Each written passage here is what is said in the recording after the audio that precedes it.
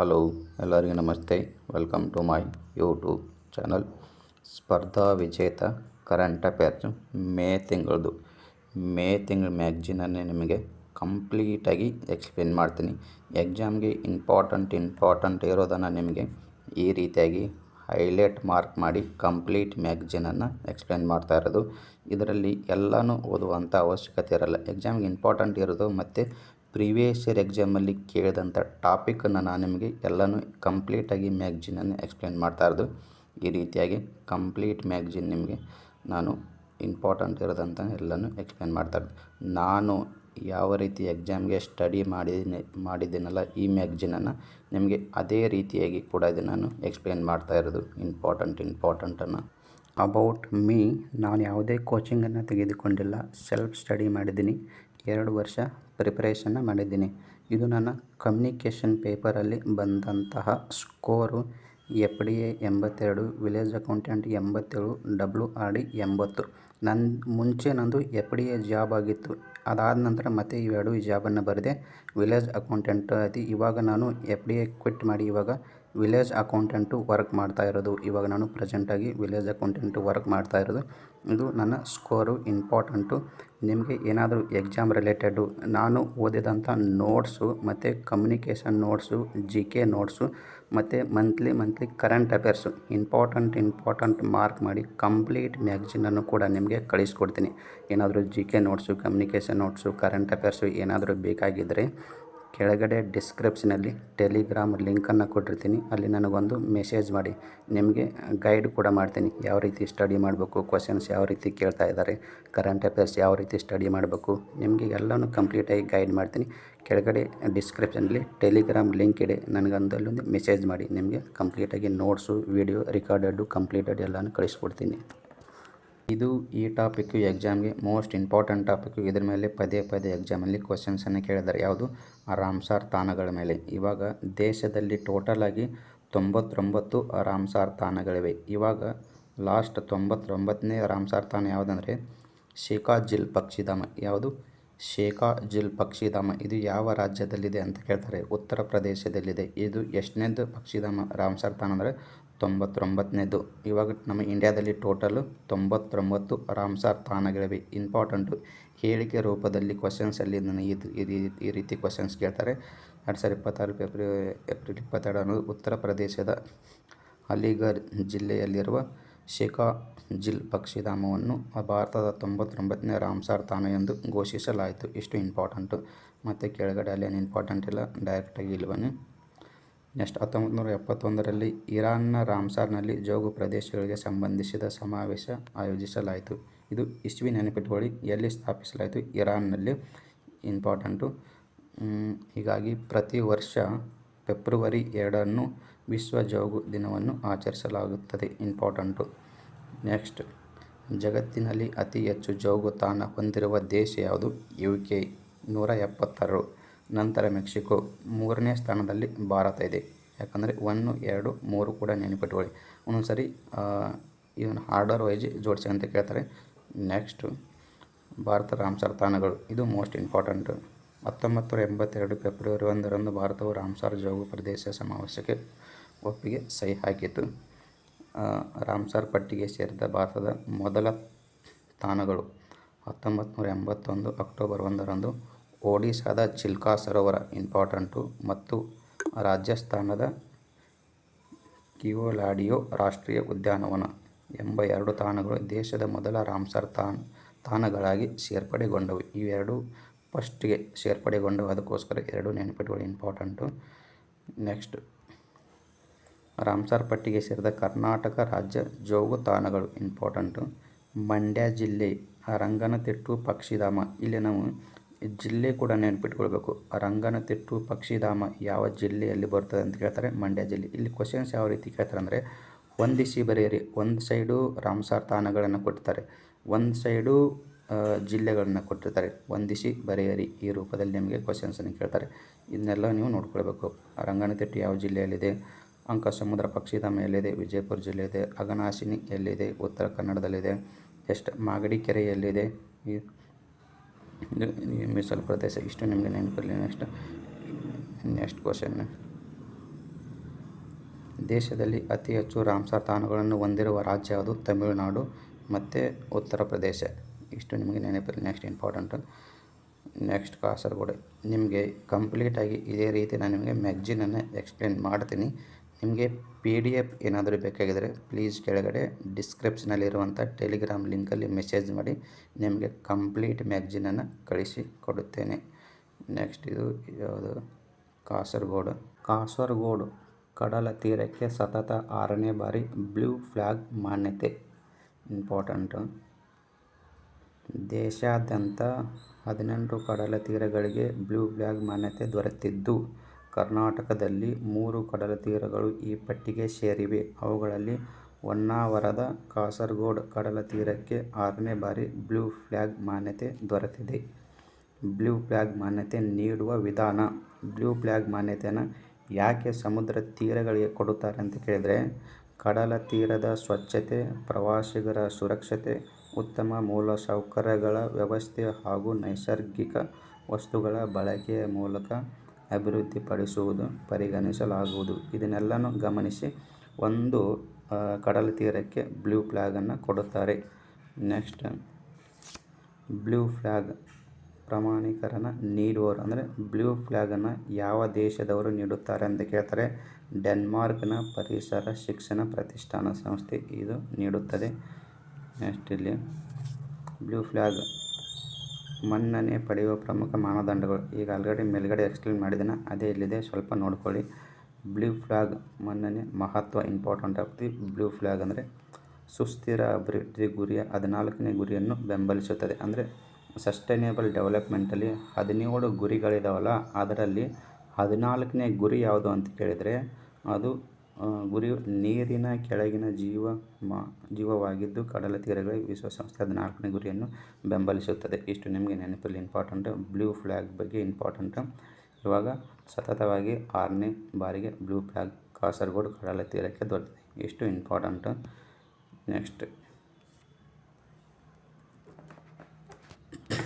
Next ತಮಿಳುನಾಡಿನ ಕಲ್ಪಕಂ ಅಣುಸ್ಥಾವರದ ಮಹತ್ವದ ಸಾಧನೆ. ಇದು ಇಂಪಾರ್ಟೆಂಟು. ಇಲ್ಲಿ ಕೆಳಗಡೆ ಸಾಮಾನ್ಯವಾಗಿ ಮೊದಲ ಹಂತದಲ್ಲಿ ವಿದ್ಯುತ್ ಉತ್ಪಾದಿಸಲು ಅಣುಸ್ಥಾವರಗಳಲ್ಲಿ ಯುರೇನಿಯಂ ಅನ್ನು ಇಂಧನವಾಗಿ ಬಳಸುತ್ತಿದ್ದರು. ಇದು ನಿಮಗೆ ನೆನಪಿರಲಿ, ಎಕ್ಸಾಮಲ್ಲಿ ಕ್ವಶನ್ಸನ್ನು ಕೇಳಿದ್ದಾರೆ. ವಿದ್ಯುತ್ತನ್ನು ಉತ್ಪಾದಿಸಲು ಏನನ್ನು ಬಳಸುತ್ತಾರೆ ಅಂದರೆ ಯುರೇನಿಯಮನ್ನು ಬಳಸುತ್ತಾರೆ. ಯುರೇನಿಯಂ ಎಷ್ಟನೇ ನಂಬರ್ ಗ್ರೇಡ್ ಕೂಡ ನೆನಪಿರಲಿ, ಇಲ್ಲಿ ಕೆಳಗಡೆ ಇದೆ. ಯುರೇನಿಯಂ 233. ಇದು ನಿಮಗೆ ನೆನಪಿರಲಿ, ಯುರೇನಿಯಂ 233 ಇದನ್ನು ವಿದ್ಯುತ್ ಉತ್ಪಾದನೆಯಲ್ಲಿ ಬಳಸುತ್ತಾರೆ. ನೆಕ್ಸ್ಟ್, ಇದೀಗ ಕಲ್ಪಕಂನಲ್ಲಿ ಆರಂಭವಾಗಿರುವ ದ್ವಿದಳನ ಪ್ರಕ್ರಿಯೆಯಲ್ಲಿ ಪ್ಲುಟೋನಿಯಂ ಅನ್ನು ಕೂಡ ಬಳಸಲಾಗುತ್ತದೆ. ಇದು ಇವಾಗ ಪ್ಲುಟೋನಿಯಂ ಕೂಡ ಬಳಸ್ತಾ ಇದ್ದಾರೆ. ಯುರೇನಿಯಂ ಮತ್ತು ಪ್ಲುಟೋನಿಯಂ ಎರಡನ್ನು ಬಳಸಿ ವಿದ್ಯುತ್ ಉತ್ಪಾದನೆಯಲ್ಲಿ ಮಾಡುತ್ತಾರೆ. ಇಷ್ಟು ನಿಮಗೆ ನೆನಪಿರಲಿ, ಇಂಪಾರ್ಟೆಂಟು. ಮತ್ತೊಂದು ಮೈಲುಗಲ್ಲು ಮುನ್ನಬರಿದ ಕಲ್ಪಕಂ ಅಣುಸ್ಥಾವರ. ಭಾರತದಲ್ಲಿ ಯುರೇನಿಯಂ ಅಲ್ಪ ಪ್ರಮಾಣದಲ್ಲಿ ಲಭ್ಯವಿದೆ, ಆದರೆ ಥೋರಿಯಂ ಕೇರಳ ಮತ್ತು ತಮಿಳುನಾಡಿನ ಕಡಲ ಕಿನಾರೆಯ ಮರಳಿನಲ್ಲಿ ಹೇರಳವಾಗಿ ದೊರೆಯುತ್ತದೆ. ಇದು ನಿಮಗೆ ನೆನಪಿರಲಿ, ಎಲ್ಲಿ ದೊರೆಯುತ್ತದೆ? ಕಡಲ ತೀರದ ಮರಳಿನಲ್ಲಿ ದೊರೆಯುತ್ತದೆ. ನೆಕ್ಸ್ಟ್, ಅದನ್ನು ಕೂಡ ಅಣು ವಿದ್ಯುತ್ ಸ್ಥಾವರಗಳಲ್ಲಿ ಬಳಸಲಾಗುತ್ತದೆ. ಇಷ್ಟು ಇಂಪಾರ್ಟೆಂಟು. ಭಾರತ ದೇಶದ ಪರಮಾಣು ಕ್ರಿಯಾಕಾರಿಗಳಲ್ಲಿ ಕಲ್ಪಕಂ ಅಣುಸ್ಥಾವರವು ಸಂಪೂರ್ಣವಾಗಿ ಭಾರತದಲ್ಲೇ ವಿನ್ಯಾಸಗೊಳಿಸಿ ನಿರ್ಮಿಸಲಾಗಿದೆ ಎಂಬುದು ವಿಶೇಷ. ಉಳಿದೆಲ್ಲ ಅಣುಸ್ಥಾವರಗಳು ತಂತ್ರಜ್ಞಾನಗಳು ವಿದೇಶದಿಂದ ಆಗಿವೆ. ಇಂಪಾರ್ಟೆಂಟು. ಇಲ್ಲಿ ನೋಡಿ, ಇಲ್ಲಿದಾವೆ ಇವು ಇಂಪಾರ್ಟೆಂಟ್. ಈ 7 ಭಾರತದಲ್ಲಿರುವ ಅಣುಸ್ಥಾವರಗಳು. ನ್ಯೂಕ್ಲಿಯರ್ ಪ್ಲ್ಯಾಂಟ್ ಇನ್ ಇಂಡಿಯಾ, ಇದು ಮೋಸ್ಟ್ ಇಂಪಾರ್ಟೆಂಟ್. ಇದನ್ನು ಸುಮಾರು ಸಾರಿ ಎಕ್ಸಾಮಲ್ಲಿ ಕ್ವಶನ್ಸನ್ನು ಕೇಳಿದ್ದಾರೆ. ತಾರಾಪುರ ಅಣುಸ್ಥಾವರ ಯಾವ ರಾಜ್ಯದಲ್ಲಿದೆ ಅಂತ ಸುಮಾರು ಸಾರಿ ಕೇಳಿದ್ದಾರೆ. ಇದು ಮತ್ತು ನೋಡಿ, ತಾರಾಪುರ ಅಣುಸ್ಥಾವರ ಮಹಾರಾಷ್ಟ್ರದಲ್ಲಿದೆ. ತಾರಾಪುರ ದೇಶದ ಮೊದಲ ಅಣುಸ್ಥಾವರ. ಇದು ಸುಮಾರು ಸಾರಿ ಎಕ್ಸಾಮಲ್ಲಿ ಕ್ವಶನ್ಸನ್ನು ಕೇಳಿದ್ದಾರೆ. ಕಲ್ಪಕಂ ತಮಿಳುನಾಡು, ಚೆನ್ನೈ ಬಳಿ ಕಲ್ಪಕಂ ಮೊದಲ ಸ್ವದೇಶಿ ತಂತ್ರಜ್ಞಾನ ಆಧರಿಸಿದ ಅಣುಸ್ಥಾನ. ಇದು ನಿಮಗೆ ನೆನಪಿರಲಿ, ಇಂಪಾರ್ಟೆಂಟ್. ಕೈಗಾ ಅಣುಸ್ಥಾವರ, ಇದು ಸುಮಾರು ಸಾರಿ ಎಕ್ಸಾಮಲ್ಲಿ ಕ್ವಶನ್ಸನ್ನು ಕೇಳಿದ್ದಾರೆ, ರಿಪೀಟೆಡ್ ಕ್ವಶನ್. ಕೈಗಾ ಅಣುಸ್ಥಾವರ ನಮ್ಮ ರಾಜ್ಯದಲ್ಲಿದೆ, ಉತ್ತರ ಕನ್ನಡ ಜಿಲ್ಲೆ ಕಾರವಾರ ಬಳಿ ಕಾಳಿ ನದಿಯ ಎಡ ದಂಡೆಯಲ್ಲಿದೆ. ಇದನ್ನು ಕೂಡ ಕೇಳಿದ್ದಾರೆ, ಎಡ ದಂಡೆಯಲ್ಲಿದೆ ಬಲ ದಂಡೆಯಲ್ಲಿದೆ ಅಲ್ಲ ಅಂತ ಕೇಳಿದ್ದಾರೆ. ಕಾಳಿ ನದಿಯ ಎಡ ದಂಡೆಯಲ್ಲಿದೆ. ಯಾವುದು? ಕೈಗಾ ಅನ್ನೋ ಸ್ಥಾವರ. ಕಾಕ್ರಾಪುರ ಗುಜರಾತಿನಲ್ಲಿದೆ. ರಾವತ್ ರಾಜಸ್ಥಾನದಲ್ಲಿ, ನರೋರಾ ಉತ್ತರ ಪ್ರದೇಶದಲ್ಲಿ, ಕುಡಂಕೋಳಂಕು ತಮಿಳುನಾಡಿನಲ್ಲಿದೆ. ಇಷ್ಟು ಇಂಪಾರ್ಟೆಂಟ್. ನೆಕ್ಸ್ಟ್ ಇಂಪಾರ್ಟೆಂಟು, ಕಪ್ಪು ಶಿಲಾ ರಚನೆಗಳಿಗೆ ಹೆಸರುವಾಸಿಯಾದ ಯಾನ ಗುಹೆಗಳು ರಾಷ್ಟ್ರೀಯ ಪ್ರಾಮುಖ್ಯತೆಯ ಭೌಗೋಳಿಕ ಪಾರಂಪರಿಕ ತಾಣ ಎಂದು ಘೋಷಣೆ. ಇಂಪಾರ್ಟೆಂಟು. ಯಾನ ಗುಹೆಗಳು ಎಲ್ಲಿವೆ, ಯಾವ ರಾಜ್ಯದಲ್ಲಿದೆ ಅಂತ ಕೇಳ್ತಾರೆ. ಇಂಪಾರ್ಟೆಂಟ್. ಯಾವ ಜಿಲ್ಲೆಯಲ್ಲಿದೆ ಅಂತ ಕೇಳ್ತಾರೆ. ಇಲ್ಲಿ ನೋಡಿ, ಕಪ್ಪು ಸ್ಫಟಿಕದಂತಹ ಶಿಲಾ ರಚನೆಗಳು ಮತ್ತು ಧಾರ್ಮಿಕ ಮಹತ್ವತೆ ಹೆಸರುವಾಸಿಯಾದ ಯಾನ ಗುಹೆಗಳು ಭಾರತೀಯ ಭೂವೈಜ್ಞಾನಿಕ ಸಮೀಕ್ಷೆ ಮೂಲಕ ಗಣಿ ಸಚಿವಾಲಯ ರಾಷ್ಟ್ರೀಯ ಪ್ರಾಮುಖ್ಯತೆಯನ್ನು ಭೌಗೋಳಿಕ ಪಾರಂಪರಿಕ ತಾಣ ಎಂದು ಘೋಷಿಸಿದೆ. ಇಲ್ಲಿ ನೋಡಿ, ಅವು ಗುಹೆಗಳು ಎಲ್ಲಿದ್ದಾವೆ ಅಂತ ಕೇಳಿದರೆ, ಉತ್ತರ ಕನ್ನಡ ಜಿಲ್ಲೆಯ ಗೋಕರ್ಣದ ಬಳಿ ಇರುವ ಪಶ್ಚಿಮ ಘಟ್ಟದಲ್ಲಿ ನೆಲೆಗೊಂಡಿರುವ ಯಾನ ಗುಹೆಗಳು ಬೃಹತ್ ಕಾಸ್ಟಡ್ ಸುಣ್ಣದ ಕಲ್ಲಿನ 61 ರಚನೆಯನ್ನು ಹೊಂದಿವೆ. ಯಾವುದರಿಂದ ಹೊಂದಿದೆ ಅಂತ ಕೇಳ್ತಾರೆ. ಇಲ್ಲಿ ನೋಡಿ, ಇವು ಗುಹೆಗಳು. ನೀವು ಬೇಕಾದರೆ ಯಾನ ಗುಹೆ, ಯಾನ ಕೇವ್ಸ್ ಅಂತ ಗೂಗಲಲ್ಲಿ ಟೈಪ್ ಮಾಡಿ. ಇವೆಷ್ಟು ನೈಸ್ ಇದೆ ನೋಡಿ. ಕಪ್ಪು ಯಾವ ಕಲ್ಲಿನಿಂದ ಅಂತ ಕೇಳ್ತಾರೆ. ಕಾಸ್ಟಡ್ ಸುಣ್ಣದ ಕಲ್ಲಿನಿಂದ ರಚನೆಯಾಗಿವೆ. ಅದರಲ್ಲಿ ಇನ್ನೊಂದು ಇಂಪಾರ್ಟೆಂಟ್ ಅಂದರೆ, ಇದರಲ್ಲಿ ಭೈರವೇಶ್ವರ ಶಿಖರ 120 ಮೀಟರ್ ಮತ್ತು ಮೋಹಿನಿ ಶಿಖರ 90 ಮೀಟರ್ ಎಂಬ 2 ಪ್ರಮುಖ ಏಕಶಿಲೆಯ ಹೊರಹರಿವುಗಳು ಸೇರಿವೆ. ಇಂಪಾರ್ಟೆಂಟ್. 2 ಶಿಖರಗಳನ್ನು ನೆನಪಿಟ್ಕೊಳ್ಳಿ. ಇಂಪಾರ್ಟೆಂಟ್. ಎಕ್ಸಾಮ್ ರಿಲೇಟೆಡ್ ಇವೆರಡು ಮೋಸ್ಟ್ ಇಂಪಾರ್ಟೆಂಟ್. ನೆಕ್ಸ್ಟ್, GSIನಿಂದ ಯಾನ ಗುಹೆ ಭೌಗೋಳಿಕ ಪಾರಂಪರಿಕ ತಾಣ ಎಂದು ಘೋಷಣೆ. ಇದು ನನಗೆ ಏನು ಕ್ವಶನ್ಸ್ ಕೇಳ್ತಾರೆ ಅಂದರೆ, ಭೌಗೋಳಿಕ ಪಾರಂಪರಿಕ ತಾಣ ಯಾರು ಘೋಷಣೆ ಮಾಡುತ್ತಾರೆ ಅಂತ ಕೇಳ್ತಾರೆ. ಇದು ನಿಮಗೆ ನೆನಪಿರಲಿ. GSI ಅಂದರೆ ಏನು? ಇಲ್ಲಿ ಮೇಲ್ಗಡೆ ಇದೆ ನೋಡಿ, ಭಾರತೀಯ ಭೂವೈಜ್ಞಾನಿಕ ಸಮೀಕ್ಷೆ. ಇವರು ಭೌಗೋಳಿಕ ಪಾರಂಪರಿಕ ತಾಣಗಳನ್ನು ಘೋಷಣೆ ಮಾಡುತ್ತಾರೆ. ನೆಕ್ಸ್ಟು, ಯಾನ ಗುಹೆ ರಚನೆ ಇತಿಹಾಸ. ಅದರ ಬಗ್ಗೆ, ಯಾನ ಗುಹೆಗಳು ಪ್ಲೂಟೋಟಾಕ್ಸಿಕ್ ಮತ್ತು ನೈಸರ್ಗಿಕ ಹವಾಮಾನ ಒತ್ತಡದಿಂದ ರೂಪುಗೊಂಡಿವೆ. ಇದು ನಿಮಗೆ ಇಂಪಾರ್ಟೆಂಟ್. ಯಾನ ಗುಹೆಗಳು ಯಾವುದರಿಂದ ಉತ್ಪತ್ತಿಯಾಗಿದೆ ಅಂತ ಕೇಳ್ತಾರೆ. ಇದು ಪ್ರೀಕ್ಯಾಂಬ್ರಿಯನ್ ಯುಗದ ಸಂಕೀರ್ಣ ಜೀವರೂಪವನ್ನು ಕಾಣಿಸಿಕೊಳ್ಳುವ ಮೊದಲ ಭೂಮಿಯ ಇತಿಹಾಸ. ಅತ್ಯಂತ ಆರಂಭಿಕ ಮತ್ತು ದೀರ್ಘಾವಧಿ. ಯಾವ ಯುಗದಲ್ಲಿ ಇದು ಯಾನದ ಗುಹೆಗಳು ಹುಟ್ಟಿಕೊಂಡವು, ಯಾವಾಗ ರೂಪುಗೊಂಡವು ಅಂತ ಕೇಳಿದರೆ, ಪ್ರೀಕ್ಯಾಂಬ್ರಿಯನ್ ಯುಗದಲ್ಲಿ, ಪ್ರೀಕ್ಯಾಂಬ್ರಿಯನ್ ಎರಾದಲ್ಲಿ. ನೆಕ್ಸ್ಟ್, ಈ ವರ್ಡ್ ನೆನಪಿಟ್ಕೊಳ್ಳಿ. ಭೌಗೋಳಿಕ ಪಾರಂಪರಿಕ ತಾಣ ಎಂದು ಘೋಷಿಸಲ್ಪಟ್ಟ ಕರ್ನಾಟಕ ರಾಜ್ಯದ ತಾಣಗಳು. ಇದು 5 ಕೂಡ ನೆನಪಿಟ್ಕೊಳ್ಳಿ. ಇಂಪಾರ್ಟೆಂಟ್. ನೋಡಿ, ನೆಕ್ಸ್ಟ್ ಮೋಸ್ಟ್ ಇಂಪಾರ್ಟೆಂಟ್, ಜಲಸಂಧಿಗಳು ಜಗತ್ತಿನ ವ್ಯಾಪಾರ ಹೆಬ್ಬಾಗಿಲುಗಳು. ಜಲಸಂಧಿ, ಸ್ಟ್ರೀಟ್ಸ್. ಇಂಪಾರ್ಟೆಂಟ್. ಸ್ಟ್ರೀಟು ಇವಾಗ ಎಕ್ಸಾಮಲ್ಲಿ ಒಂದು ಜಲಸಂಧಿ ನ್ಯೂಸಲ್ಲಿದೆ. ಅದು ಯಾವುದು ಅಂತ ಹೇಳ್ತೀನಿ. ಮೋಸ್ಟ್ ಇಂಪಾರ್ಟೆಂಟ್ ಇದೆ. ಮುಂದೆ ಬರುವಂಥ ಎಕ್ಸಾಮ್ಗಳಲ್ಲಿ ಇದ್ರ ಮೇಲೆ ಒಂದು ಕ್ವಶನ್ನು ಕೇಳುವಂಥ ಚಾನ್ಸಸ್ಸು ತುಂಬಾ ಇದೆ. 100% ಕೇಳುವಂಥ ಚಾನ್ಸಸ್ಸು ತುಂಬಾ ಇದೆ. ಇದ್ರ ಮೇಲೆ ನಾನು ಇಲ್ಲಿ ಸ್ವಲ್ಪ ಎಕ್ಸ್ಪ್ಲೇನ್ ಮಾಡ್ತೀನಿ. ನೆಕ್ಸ್ಟ್ ಒಂದು ವಿಡಿಯೋ ಮಾಡ್ತೀನಿ ನಿಮಗೆ ಕಂಪ್ಲೀಟಾಗಿ ಮ್ಯಾಪ್ ಹಾಕಿ ಎಕ್ಸ್ಪ್ಲೇನ್ ಮಾಡ್ತೀನಿ. ಇಲ್ಲಿ ಸ್ವಲ್ಪ ಮಲಕ್ಕಾ ಜಲಸಂಧಿ, ಹಿಂದೂ ಮಹಾಸಾಗರ ಮತ್ತು ಪೆಸಿಫಿಕ್ ಸಾಗರ ಸಂಪರ್ಕಿಸುವ ಜಲಸಂಧಿ. ಇಲ್ಲಿ ನೀವು ನೋಡ್ಬೋದು ಮಲಕ್ಕಾ ಜಲಸಂಧಿ. ಇಲ್ಲಿ ಇಂಡೋನೇಷ್ಯಾ, ಇಲ್ಲಿ ಮಲೇಷ್ಯಾ ಇದೆಲ್ಲ. ಇಲ್ಲಿ ಸ್ಟೇಟ್ ಆಫ್ ಮಲಕ್ಕಾ ಇದೆ. ಇಲ್ಲಿ ನ್ಯೂಜಿಲ್ಯಾಂಡು. ಈ ರೀತಿಯಲ್ಲಿ ಇಲ್ಲಿ ಮಲಕ್ಕಾ ಜಲಸಂಧಿ ಇದೆ. ಇದು ಹಿಂದೂ ಮಹಾಸಾಗರ ಮತ್ತು ಪೆಸಿಫಿಕ್ ಸಾಗರ ಸಂಪರ್ಕಿಸುವ ಜಲಸಂಧಿ. ಇದ್ರ ಮೇಲೆ ಕಂಪ್ಲೀಟಾಗಿ ನಿಮಗೆ ಅರ್ಥ ಆಗುವಾಗೆ ಗ್ರಾಫ್ ಹಾಕಿ ಎಕ್ಸ್ಪ್ಲೇನ್ ಮಾಡ್ತೀನಿ. ಇಂಪಾರ್ಟೆಂಟ್ ಇದೆ. ಪನಾಮ ಕಾಲುವೆ ಪೆಸಿಫಿಕ್ ಸಾಗರ ಮತ್ತು ಅಂಟಾರ್ಟಿಕಾ ಸಾಗರ ಸಂಪರ್ಕಿಸುವ ಮಾನವ ನಿರ್ಮಿತ ಜಲಸಂಧಿ ಇಲ್ಲಿದೆ. ಇದು ನಾರ್ತ್ ಅಮೆರಿಕಾ, ಸೌತ್ ಅಮೆರಿಕಾ ಮಧ್ಯೆ ಇಲ್ಲಿದೆಲ್ಲ. ಇದು ಪನಾಮ ಕಾಲುವೆ. ನೆಕ್ಸ್ಟ್, ಪಾಲ್ಕ್ ಜಲಸಂಧಿ. ಇದೆಲ್ಲರಿಗೂ ಗೊತ್ತಿದೆ. ಭಾರತ ಮತ್ತು ಶ್ರೀಲಂಕಾ ಮಧ್ಯೆ ಇರುವಂಥದ್ದು ಪಾಲ್ಕ್ ಜಲಸಂಧಿ. ನೆಕ್ಸ್ಟು ಸುಂಡಾ ಜಲಮಾರ್ಗ ಜಾವಾ ಮತ್ತು ಸುಮಾತ್ರ ದ್ವೀಪಗಳ ನಡುವಿನ ಜಲಮಾರ್ಗ. ಇಲ್ಲಿ ಜಾವಾ ಮತ್ತು ಸುಮಾತ್ರ ನಿಮಗೆ ಮ್ಯಾಪ್ ಹಾಕಿ ತೋರಿಸ್ತೀನಿ, ಅವಾಗ ಅರ್ಥ ಆಗುತ್ತೆ. ಇವಾಗ ಸ್ವಲ್ಪ ಅಷ್ಟು ನೋಡ್ಕೊಳ್ಳಿ. ಏನು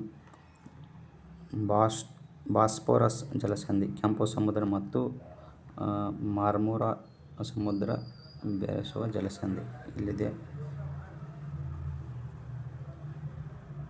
ಒಂದು ಸೆಕೆಂಡ್, ಇದೇನು ದೊಡ್ಡದಾಯ್ತು. ನೆಕ್ಸ್ಟ್ ಮೊಜಾಂಬಿಕ್ ಜಲಮಾರ್ಗ ಮಡಗಾಸ್ಕರ್ ಮತ್ತು ಮೊಜಾಂಬಿಕ್ ನಡುವೆ ಸಂಪರ್ಕಿಸುತ್ತದೆ. ಇಲ್ಲಿ ಮಡಗಾಸ್ಕರ್ ಇದೆ. ಜಿಬ್ರಾಲ್ಟರ್ ಜಲಸಂಧಿ ಅಟ್ಲಾಂಟಿಕ್ ಸಾಗರ ಮತ್ತು ಮೆಡಿಟರೇನಿಯನ್ ಸಮುದ್ರ ಸಂಪರ್ಕಿಸುತ್ತದೆ. ಇಲ್ಲಿ ನೀವು ಮ್ಯಾಪನ್ನು ನೋಡ್ಬೋದು. ಇವಾಗ ಇಷ್ಟ ನೋಡ್ಕೊಳ್ಳಿ ಏನೇನನ್ನು ಸಂಪರ್ಕಿಸಿದೆ ಅಂತ. ನಿಮಗೆ ನೆಕ್ಸ್ಟ್ ಕ್ಲಾಸಲ್ಲಿ ನಾನು ನಿಮಗೆ ಇನ್ನು ಮ್ಯಾಪ್ ಹಾಕಿ ಕಂಪ್ಲೀಟಾಗಿ ಅರ್ಥ ಆಗುವಾಗೆ ಹೇಳ್ತೀನಿ. ಬೇರಿಂಗ್ ಸಮುದ್ರ, ಆರ್ಟಿಕ್ ಮತ್ತು ಪೆಸಿಫಿಕ್ ಸಾಗರವನ್ನು ಸಂಪರ್ಕಿಸುವ ಜಲಸಂಧಿ. ಬಾಬ್ ಅಲ್ ಮಂಡೇಲಾ ಯಮನ್ ಮತ್ತು ಜಿಬೂಟಿ ನಡುವಿನ ಜಲಸಂಪರ್ಕ. ಸ್ವೇಸ್ ಕಾಲುವೆ ಇದು ನ್ಯೂಸಲ್ಲಿದೆ. ಇವು ಎರಡು ಇವಾಗ ನ್ಯೂಸಲ್ಲಿರೋದು. ಸ್ವೇಸ್ ಕಾಲುವೆ ಮೆಡಿಟರೇನಿಯನ್ ಮತ್ತು ಕೆಂಪು ಸಮುದ್ರ ಸಂಪರ್ಕಿಸುವ ಕಾಲುವೆ. ಇದು ಮೋಸ್ಟ್ ಇಂಪಾರ್ಟೆಂಟ್, ಇವಾಗ ನ್ಯೂಸಲ್ಲಿರೋದು.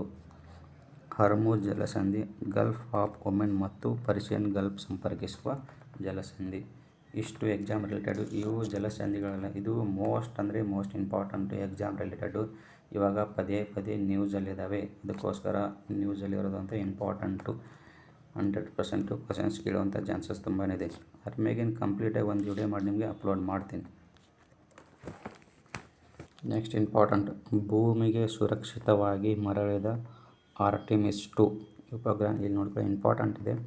2026ರ ನಾಸಾದ ಮಹತ್ವಾಕಾಂಕ್ಷೆಯ ಆರ್ಟಿಮಿಸ್ 2 ಮಿಷನ್ 4 ಗಗನಯಾನಿಗಳನ್ನು ಹೊತ್ತು ಕ್ರೂ ಮಾಡ್ಯೂಲ್ ಪೆಸಿಫಿಕ್ ಸಾಗರದಲ್ಲಿ ಸುರಕ್ಷಿತವಾಗಿ ಲ್ಯಾಂಡ್ ಆಗಿದೆ. ಈ ಮೂಲಕ 50 ವರ್ಷಗಳ ಬಳಿಕ ಮಾನವ ಸಹಿತ, ಎಕ್ಸಾಮಲ್ಲಿ ಮಾನವ ರಹಿತ ಅಂತ ಕೇಳ್ತಾರೆ. ರಹಿತ ಅಂದರೆ ಇಲ್ಲದೆ, ಸಹಿತ ಅಂದರೆ ಇದ್ದು. 50 ವರ್ಷಗಳ ಬಳಿಕ ಮಾನವ ಸಹಿತ ಚಂದ್ರಯಾನ ಕೈಗೊಂಡಿದ್ದ ನಾಸಾದ ಯಾತ್ರೆ ಯಶಸ್ವಿಯಾಗಿದೆ. ಇಂಪಾರ್ಟೆಂಟು. 4 ಗಗನಯಾತ್ರಿಗಳು ಇಂಪಾರ್ಟೆಂಟ್. 4 ಗಗನಯಾತ್ರಿಗಳ ಹೆಸರು ನೆನಪುಗಳು ಇಂಪಾರ್ಟೆಂಟ್. ಇವು 4 ಜನರ ಹೆಸರು ಮೋಸ್ಟ್ ಇಂಪಾರ್ಟೆಂಟು, ಕೂತ್ಕೊಳ್ಳಿ. Next important. ನೆಕ್ಸ್ಟ್ ಒಂದು ಸೆಕೆಂಡ್ ಝೂಮ್ ಮಾಡ್ತೀನಿ. ಸ್ಪೇಸ್ ಎಕ್ಸ್ ರಾಕೆಟಿನಿಂದ ಗ್ಯಾಲಕ್ಸಿ ಐ ನವೋದ್ಯಮದ ದೃಷ್ಟಿ ಮಿಷನ್ನ ಮೊದಲ ಭೂವಿಜ್ಞಾನ ಉಪಗ್ರಹ ಸ್ಟಾರ್ ಉಡಾವಣೆ. ಬೆಂಗಳೂರು ಮೂಲದ ಬಾಹ್ಯಾಕಾಶ ನವೋದ್ಯಮ ಗ್ಯಾಲಕ್ಸಿ ಐ ವಿನ್ಯಾಸಗೊಳಿಸಿದ ಅಭಿವೃದ್ಧಿಪಡಿಸಿರುವ ಮಿಷನ್ ದೃಷ್ಟಿ ಐ ಮೊದಲ ಉಪಗ್ರಹ ಸ್ಟಾರ್ ಉಪಗ್ರಹವನ್ನು ಅಮೆರಿಕದ ಖಾಸಗಿ ಬಾಹ್ಯಾಕಾಶ ಸಂಸ್ಥೆ ಸ್ಪೇಸ್ಎಕ್ಸ್ ಸಂಸ್ಥೆ ರಾಕೆಟ್ ಮೂಲಕ 2026 ಮೇ 3ರಂದು ಉಡಾವಣೆ ಮಾಡಲಾಯಿತು. ಇದು ವಿಶ್ವದ ಮೊದಲ ಖಾಸಗಿ ಭೂ ವೀಕ್ಷಣಾ ಉಪಗ್ರಹವಾಗಿದೆ. ಇಂಪಾರ್ಟೆಂಟು. ಇಷ್ಟೇ ಈ ಪೇಜಲ್ಲಿ ಇಂಪಾರ್ಟೆಂಟ್ ಇರೋದು. ಇಲ್ಲಿ ಕೆಳಗಡೆ ಏನು ಇಂಪಾರ್ಟೆಂಟ್ ಇಲ್ಲ. ನೆಕ್ಸ್ಟ್ ಇಂಪಾರ್ಟೆಂಟು, 2025-26ನೇ ಸಾಲಿನ ಪಂಪ ಪ್ರಶಸ್ತಿ ಹಿರಿಯ ಸಾಹಿತಿ ದೇವನೂರು ಮಹಾದೇವಪ್ಪ ಅವರಿಗೆ ಸಿಕ್ಕಿದೆ. ಇಲ್ಲಿ ನೋಡಿ, ದೇವನೂರು ಮಹಾದೇವ ಪ್ರಮುಖ ಕೃತಿಗಳು. ಇವರ ಕೃತಿಗಳನ್ನು ಸ್ವಲ್ಪ ನೋಡ್ಕೊಳ್ಳಿ, ಎಕ್ಸಾಮ್ ರಿಲೇಟೆಡ್ ಇಂಪಾರ್ಟೆಂಟು. ಪಂಪ ಪ್ರಶಸ್ತಿ ಬಗ್ಗೆ ಮಾಹಿತಿ. ಕರ್ನಾಟಕ ಸರ್ಕಾರವು ಆದಿಕವಿ ಪಂಪ ಹೆಸರಿನಲ್ಲಿ ನೀಡುವ ಅತ್ಯುನ್ನತ ಸಾಹಿತ್ಯ ಪ್ರಶಸ್ತಿಯಾಗಿದೆ. ಪಂಪ ಪ್ರಶಸ್ತಿಯನ್ನು ಕರ್ನಾಟಕ ಸರ್ಕಾರ ನೀಡುತ್ತದೆ. ಇದು ನಿಮಗೆ ನೆನಪಲ್ಲಿ ಇಂಪಾರ್ಟೆಂಟ್. ಮೊದಲ ಪ್ರಶಸ್ತಿ ಯಾರಿಗೆ ಸಿಕ್ಕಿದೆ? ಕುವೆಂಪು ಅವರಿಗೆ ಸಿಕ್ಕಿದೆ. ಯಾವ ಕೃತಿಗೆ? ಶ್ರೀ ನಾರಾಯಣ ದರ್ಶನಂ. ಈ ಕೃತಿಗೆ ಕುವೆಂಪು ಅವರಿಗೆ ಪಂಪ ಪ್ರಶಸ್ತಿ ಮೊಟ್ಟ ಮೊದಲು ಸಿಕ್ಕಿದೆ. ಇವಾಗ ರೀಸೆಂಟಾಗಿ ಯಾರಿಗೆ ಸಿಕ್ಕಿದೆ? 2025-26ರಲ್ಲಿ ಹಿರಿಯ ನಾಯಕ ದೇವನೂರು ಮಹಾದೇವಪ್ಪ ಅವರಿಗೆ ಸಿಕ್ಕಿದೆ. ಇಷ್ಟು ಇಂಪಾರ್ಟೆಂಟು. ಅಲ್ಲಿ ಮತ್ತೇನು ಇಂಪಾರ್ಟೆಂಟ್ ಇಲ್ಲಿ. ನೆಕ್ಸ್ಟ್ ಇದು ಇಂಪಾರ್ಟೆಂಟ್ ಮೋಸ್ಟ್. ಏನಪ್ಪ ಅಂತಂದರೆ, ರಾಜ್ಯ ಮಾಹಿತಿ ಆಯೋಗದ ಮುಖ್ಯ ಆಯುಕ್ತರಾಗಿ ನಿವೃತ್ತ IAS ಅಧಿಕಾರಿ ಜಿ ಸತ್ಯವತಿ ನೇಮಕ. ಇಂಪಾರ್ಟೆಂಟು. ಇಲ್ಲಿ ನೋಡಿ, ಮುಖ್ಯಮಂತ್ರಿ ಸಿದ್ದರಾಮಯ್ಯ ನೇತೃತ್ವದ ಆಯ್ಕೆ ಸಮಿತಿಯ ಶಿಫಾರಸು ಮಾಡಿತು. ಈ ಸಮಿತಿಯ ಶಿಫಾರಸಿನ ಆಧಾರದ ಮೇಲೆ ರಾಜ್ಯಪಾಲರಾದ ತಾವರ್ ಚಂದ್ ಗೆಹ್ಲೋಟ್ ಅವರು ಜಿ ಸತ್ಯವತಿ ಅವರನ್ನು ರಾಜ್ಯ ಮಾಹಿತಿ ಹಕ್ಕು ಆಯೋಗದ ಮುಖ್ಯ ಆಯುಕ್ತರನ್ನಾಗಿ 2027 ನೇಮಕ ಮಾಡಾಯಿತು. ರಾಜ್ಯಪಾಲರಿಂದ ಪ್ರಮಾಣ ವಚನ ಸ್ವೀಕರಿಸುತ್ತಾರೆ. ಇದು ಇಂಪಾರ್ಟೆಂಟ್. ಏನು ಕ್ವಶನ್ಸನ್ನು ಕೇಳ್ತಾನಂತಂದರೆ ಇಲ್ಲಿ ನೋಡಿ, ರಾಜ್ಯ ಮಾಹಿತಿ ಆಯೋಗದ ಮುಖ್ಯ ಆಯುಕ್ತರನ್ನು ಯಾರು ನೇಮಕ ಮಾಡುತ್ತಾರೆ, ಇವರಿಗೆ ಯಾರು ಪ್ರಮಾಣ ವಚನ ಕೊಡುತ್ತಾರೆ ಅಂತ ಕೇಳ್ತಾರೆ.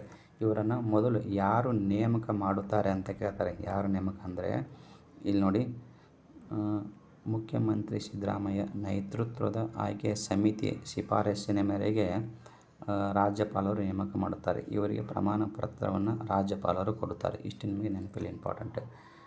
ಇವಾಗ ಯಾರಿದ್ದಾರೆ ಅಂತ ನೆನಪಿ.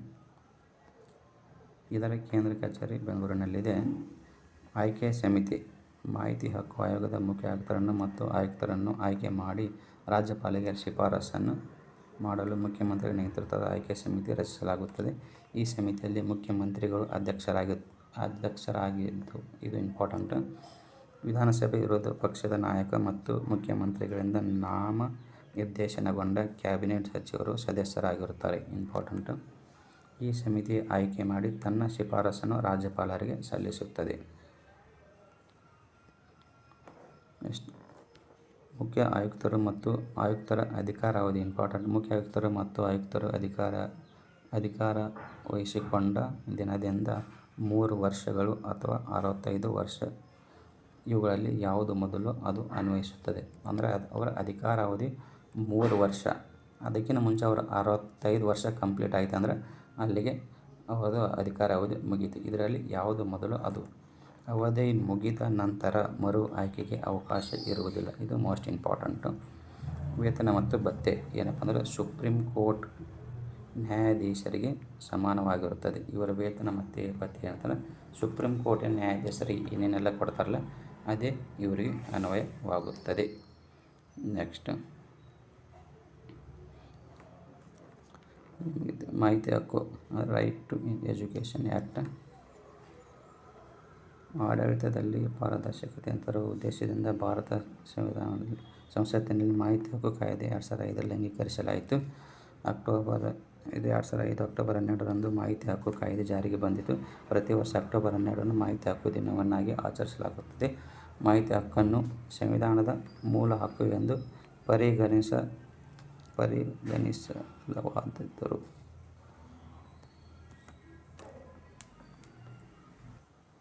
ನೆಕ್ಸ್ಟು ಇದೇನು ಕರ್ಸರ್ ಈ ಥರ ಮಾಡ್ತಾಯಿದೆ,